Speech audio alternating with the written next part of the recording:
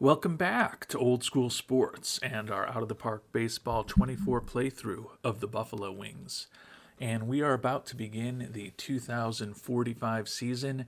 We'll get things underway today against a familiar name, Ali Ostendorf, who we picked second overall in the draft many years ago, although he's had a major league career with Atlanta after we traded him away after a few minor league seasons. But will be interesting to see if Jim Lance can outduel Ali Ostendorf here on opening day of the 2045 season.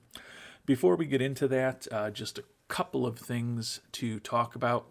First, appreciate those of you who gave me a heads up yesterday about the release date for OOTP 25. Really looking forward to the new version in mid-March. And we won't be starting a long-term play right away, as we usually do. We'll wait a week or two and hopefully a couple of patches, see how stable the game is, the new version that is, before we start beginning a long-term play.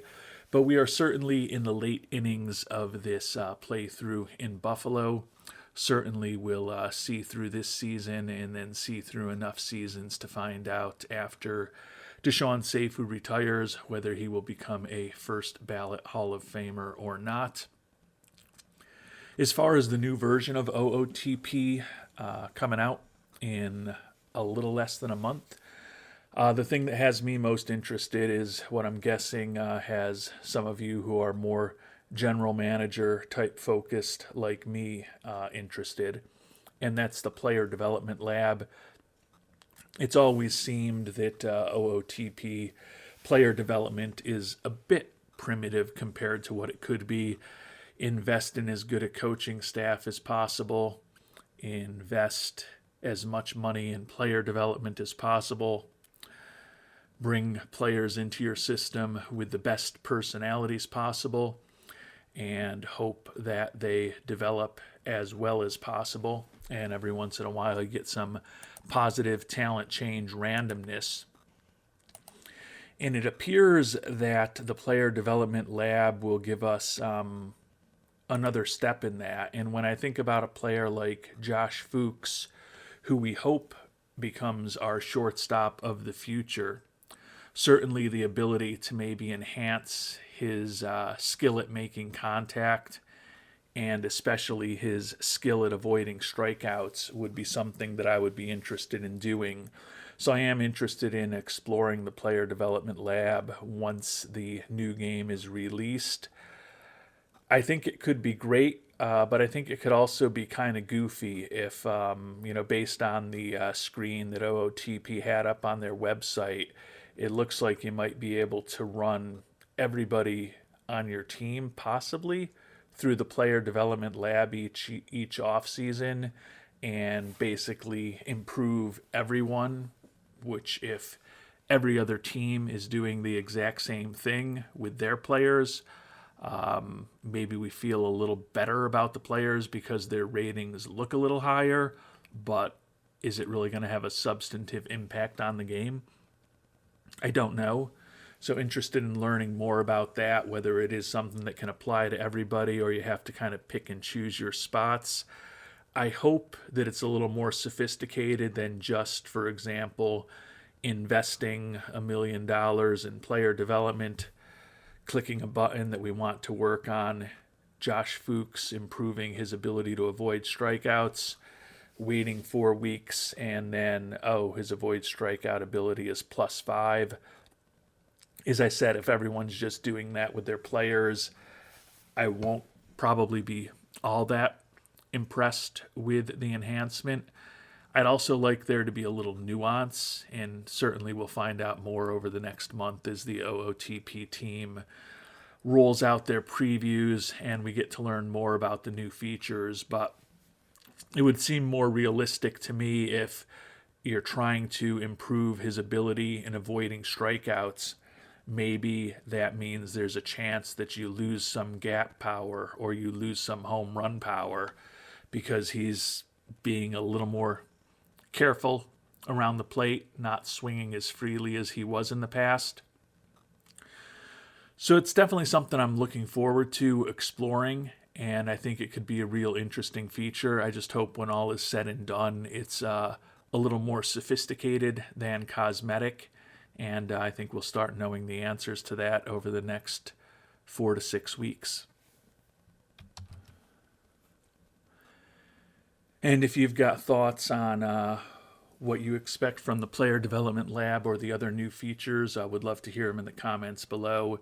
If you've learned anything through your sources and resources that's more substantive than my speculation, that would be great to hear as well. And I think we'll all be learning more in the coming weeks, and then when we can get our hands on the game for those of us who are going to buy the new version in about a month.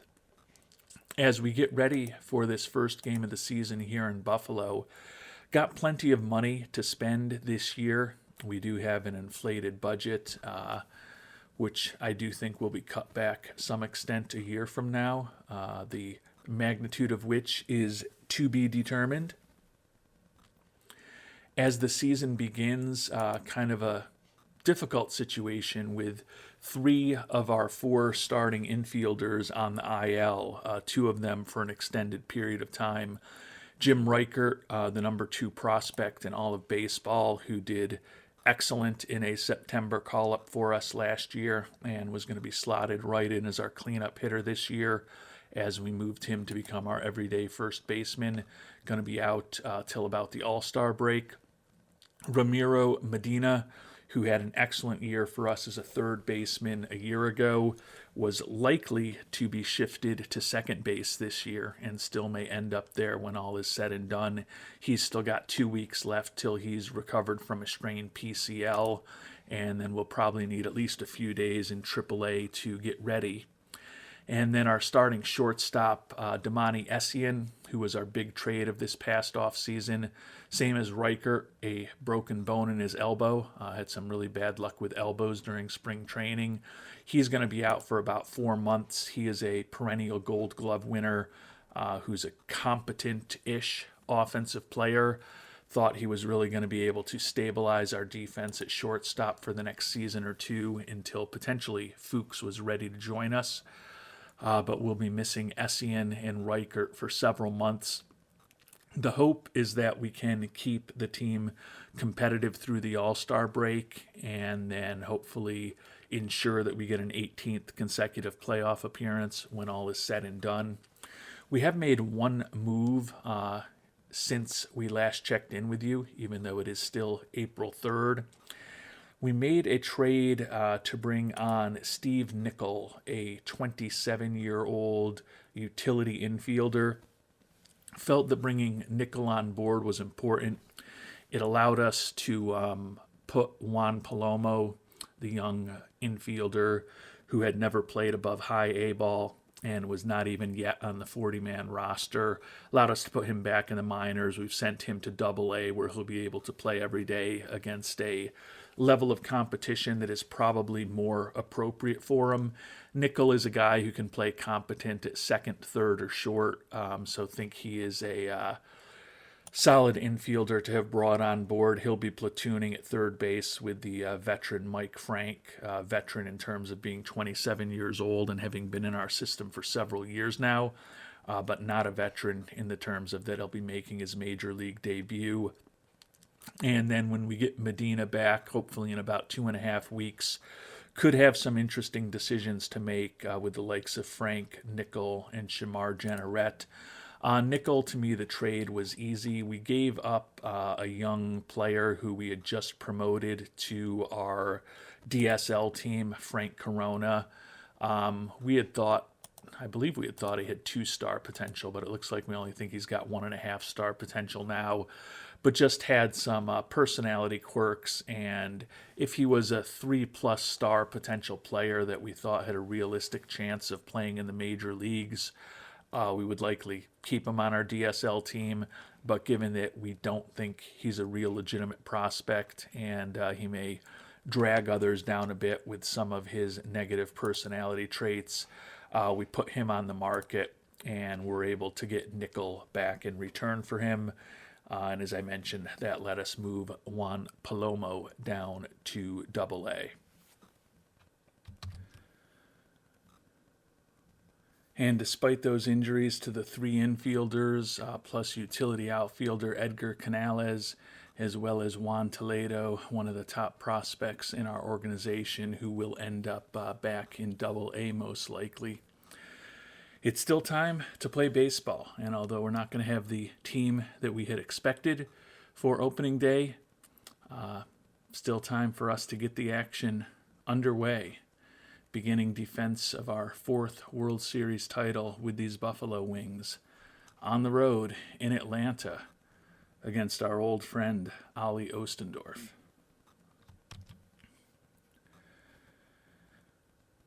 And as we get ready for this opening day matchup, we'll be leading off with the center fielder, two-time World Series MVP Ishmael Velasco. Juan Larios, a youngster, will be making his major league debut today at the age of 24. Tim Boston at DH, Josh Porter in left, Luis Comadran playing first base. Danny Ferguson, who we had expected to pivot over to third this year, back at second base with the injury to Medina. Mike Whitehead, who we expected would be a utility infielder, back as our starting shortstop because of the injury to Essien. Juan Ramirez at catcher, and Mike Frank will be playing third baseman for us today, finally making his major league debut several years after we picked him up with the thought that he might be a useful utility infielder for us.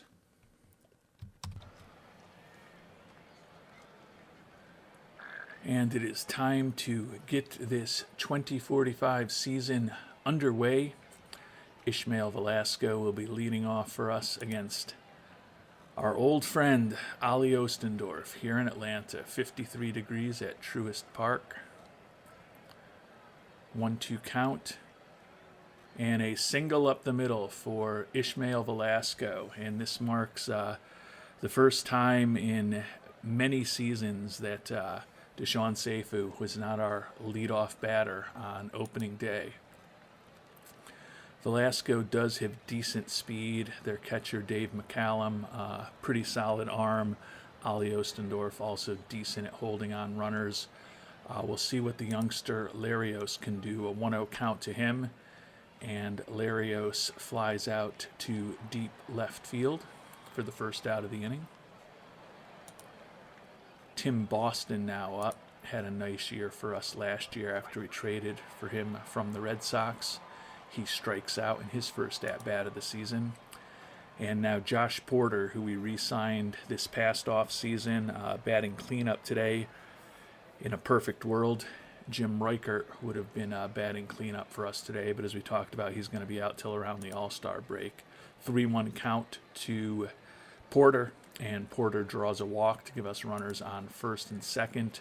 And Luis Comadran coming off of an off year for him.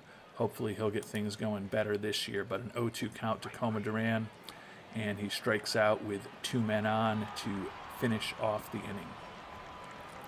So Ostendorf gave up a couple of hits, but no runs across for our Buffalo Wings.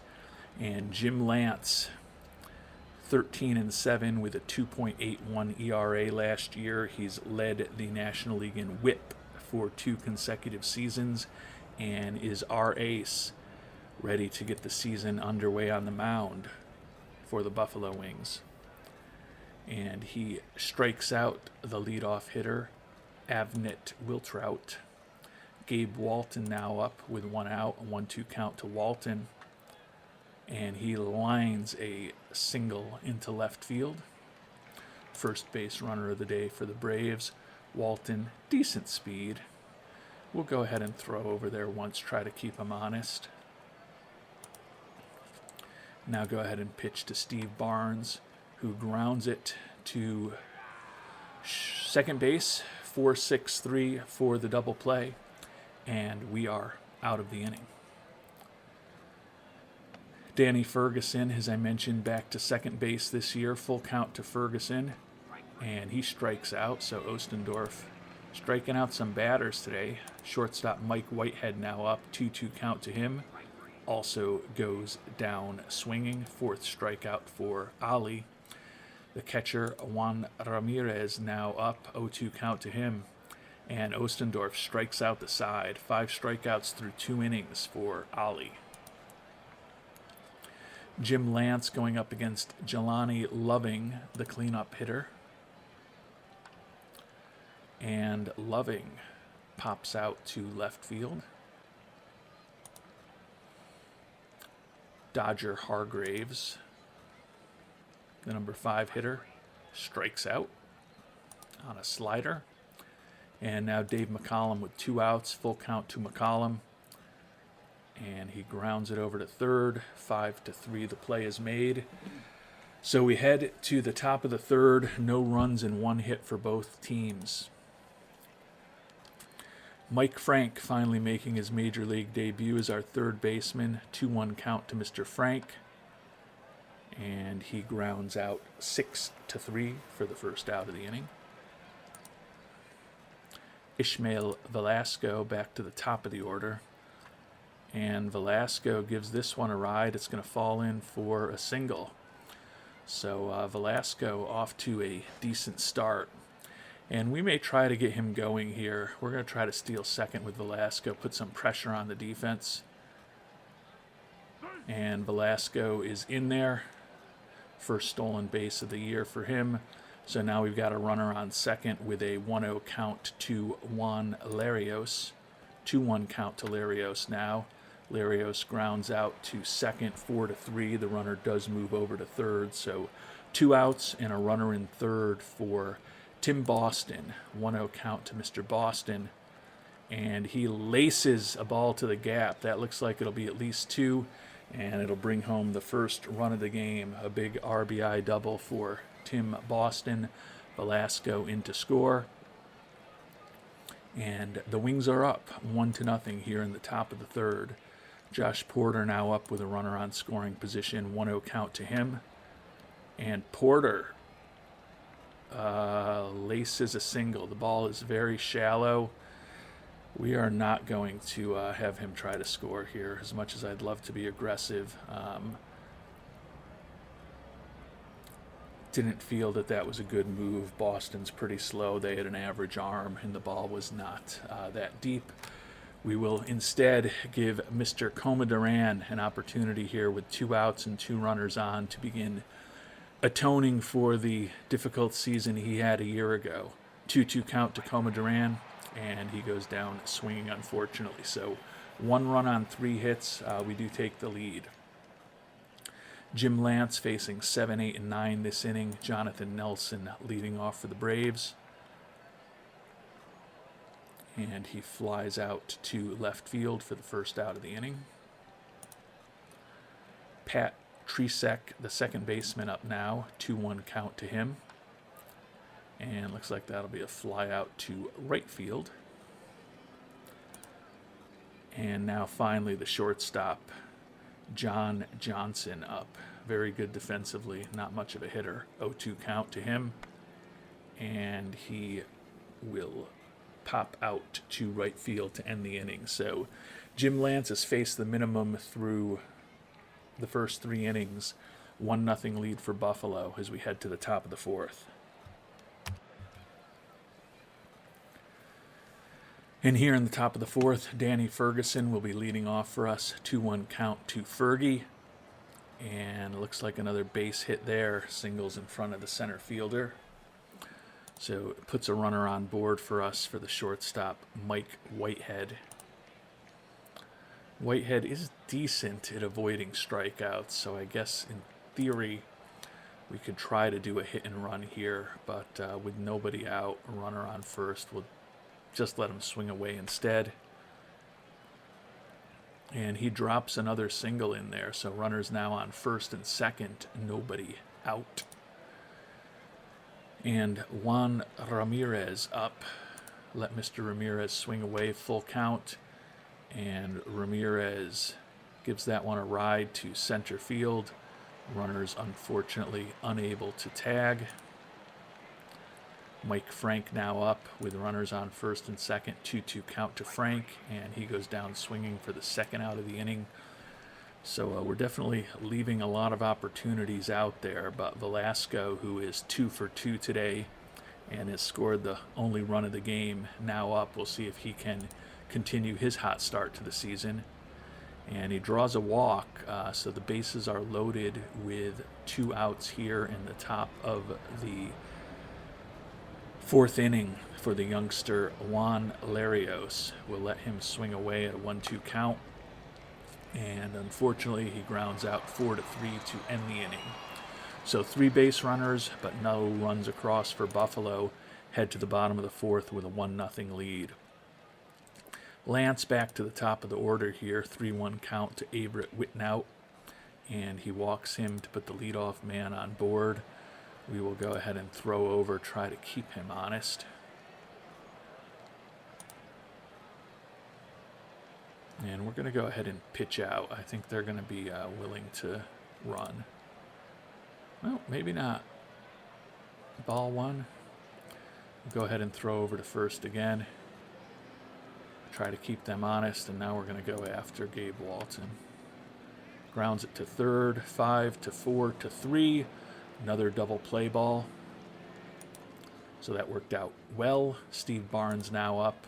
0-1 count to him with 2 outs. Barnes grounds it to third.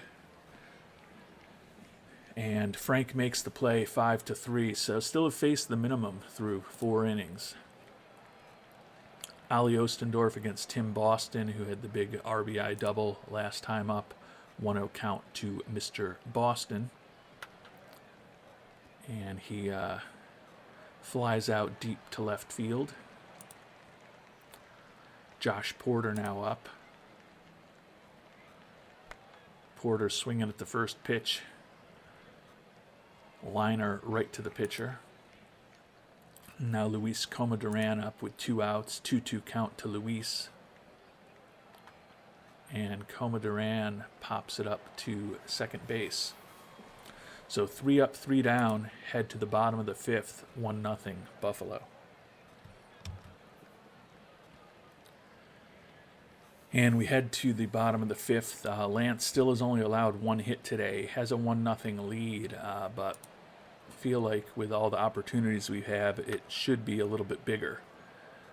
Gets the grounder. Comadran handles it unassisted for the first out of the inning. Dodger Hargrave now up. 1-2 count to him. And he grounds it to third. That's going to be a tough play, but fortunately Hargrave relatively slow, and Frank makes the play. 2 outs now. The number 6 hitter, Dave McCollum, up. And he grounds it to short, 6-3. So 3 up, 3 down for Atlanta. Buffalo still holding on to a 1-0 lead as we head to the 6th inning. And we've chased Ali Ostendorf after a solid outing. Juan Ezequiel will be now the reliever for Atlanta. Got 6, 7, and 8. Ferguson, Whitehead, and Ramirez coming up. 1-2 count to Danny Ferguson. And looks like he's going to reach on an error and go to second. So Ferguson gets to go to second. So we've got a runner in scoring position already. The new pitcher, Mike Whitehead, the shortstop, up. We'll let Whitehead swing away here with a 3-1 count. And Whitehead dunks a single into left field. So runners on the corners now, still nobody out. So Juan Ezequiel not off to a great start. Juan Ramirez up, 3-1 count to Ramirez. And he gives that one a ride to center field. That should get a run in. We are going to send him.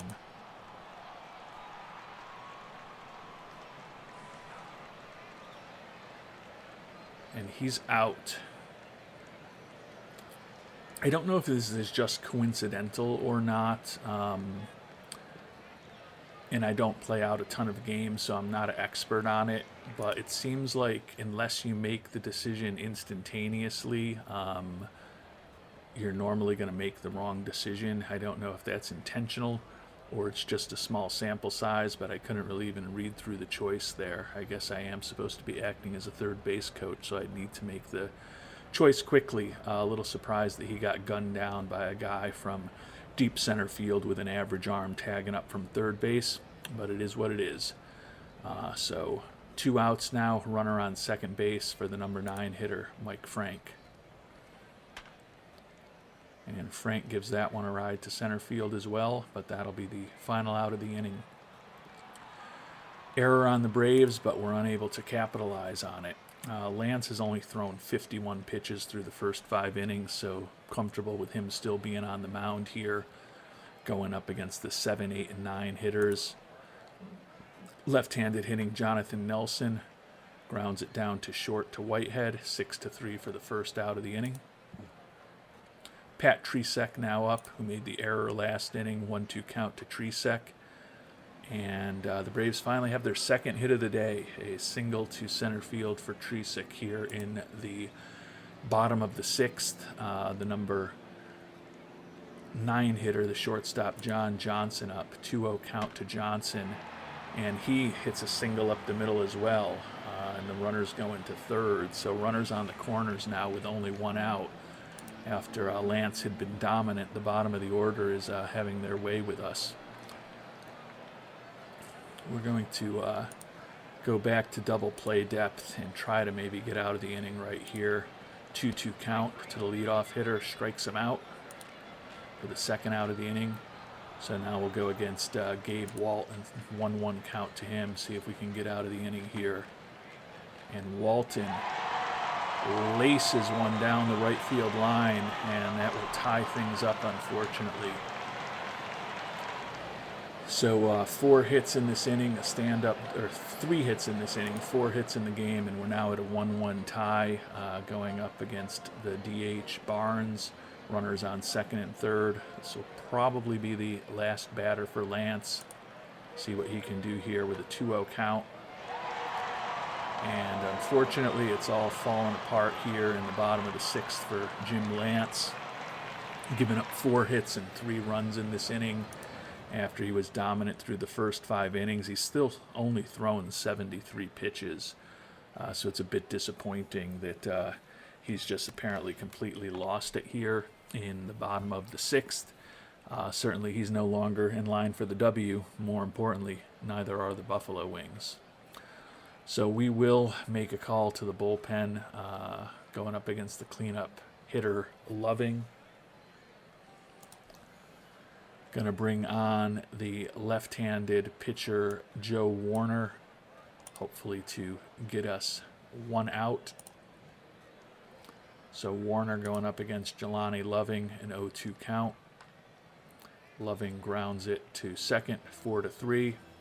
So the damage is limited there, but 3 runs on 4 hits, 1 left on base for the Braves, and the Braves take a 3-1 lead as we head to the top of the 7th. So although we've given up the lead, we do have the top of the order back up. 7 hits on the day, but only 1 run across for us, so we haven't made the most of our chances. Another leadoff hit for the young center fielder, Mr. Velasco, so that is a positive. We sent him last time. You'll remember he stole successfully. We're going to not push our luck right now. 1-2 count to the number 2 hitter. And Larios. Looks like that might be a ground rule double. Yeah, bounces high off the warning track into the stands, so a ground rule double for Larios. So we're in a spot to maybe take things back. Larios, take the lead back. Larios, with the first hit of his career, a timely ground rule double. And now we've got runners on second and third with the 3, 4, and 5 hitters coming up. The Braves have made another call to the bullpen, another right-hander, Jeff Verbitsky. We'll see if Tim Boston can come through here. And it looks like an old can of corn there, handled by the third baseman for the first out of the inning. Runners on second and third now for Josh Porter.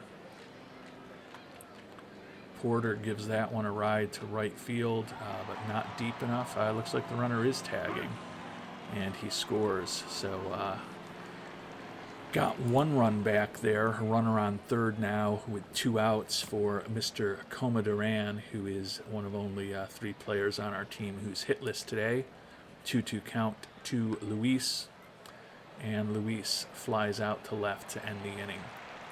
So 1 run on 2 hits, cut the gap in half, but we're still down 3-2 as we head to the 7th inning stretch.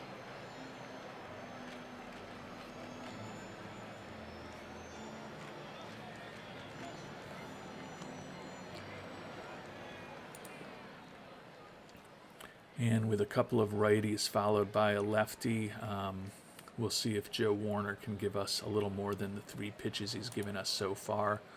0-1 count here, and a liner to Comadran at first base for the first out of the inning. The catcher, Dave McCollum, now up with 1 out. And they're swinging early and often, and McCollum singles right up the middle off of the lefty. But now we do get the matchup that we wanted. The lefty Warner on the lefty Jonathan Nelson. Go after Warner with a 2-1 count. And he flies out to center field for the second out of the inning. So now Pat Tresek up. Tresek with a hit. So the bottom of the order really killing us here. Runners on first and second. And we're going to go to the pen. We're hoping to get more out of Johnson, but we've got a bunch of righties coming up 4 in a row now, including the number 9 hitter. Although Johnson is not a particularly effective hitter. He had a big one against us last time. So we will go make a call to the bullpen for Chris Powers, the right-hander. Bring in Mr. Powers to go against John Johnson here with runners on first and second. And looks like we've handled it. 3-1 to get the final out of the inning. So we head to the 8th, Atlanta 3, Buffalo 2. And here in the top of the 8th, Verbitsky back on the mound for the Braves. Danny Ferguson, the number 6 hitter, leading off for us. He's led off a few innings for us with Comadran making a lot of outs.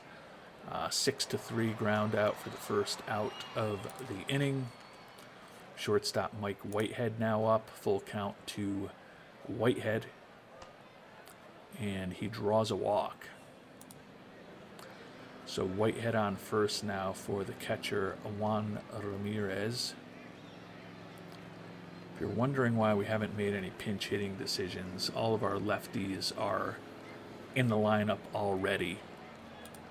Taking a look at our team, we've got the backup catcher, Chris Malone, the 2 40-year-olds, Shamar Jenneret and Deshaun Seifu, and then Steve Nickel, who we just traded for as right-handed bats off of the bench. None of them are particularly adept hitters at this point. We're going to let Ramirez hit away here. 2-2 count to Ramirez. And he strikes out. And now Mike Frank, the third baseman, up. He strikes out as well. So we'll at least have our leadoff hitters when we get our last chance in the 9th. Now it's going to be on Powers to hopefully get through the top of their order and keep the deficit at 1 run. Going after the leadoff hitter, Averett Wiltrout.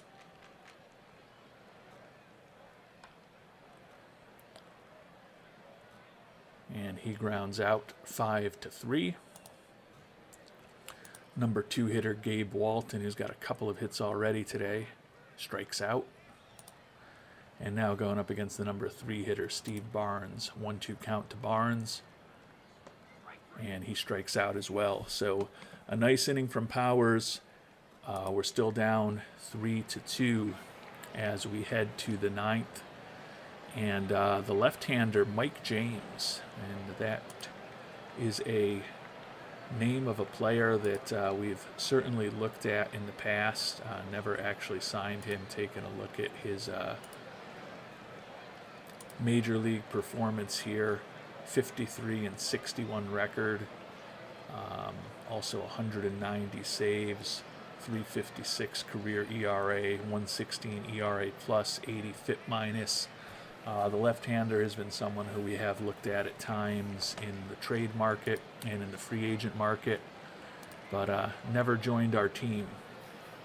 So we could have some pinch hitting opportunities coming up now that we've got a lefty in the game. We've got the switch hitter Velasco up, but then lefties would be 3 of the next 4 hitters. So we'll see if maybe Velasco can get things started, and then we may have some interesting decisions to make. Unfortunately, Velasco strikes out to start off. We've got the youngster Juan Larios up, and we are going to pinch hit for the young right fielder with the veteran Deshaun Seifu.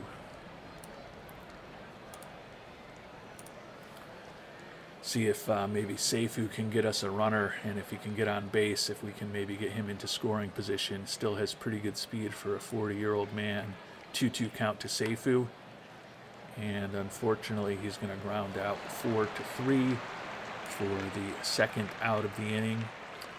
Tim Boston, you can see he's pretty average against left-handed pitching.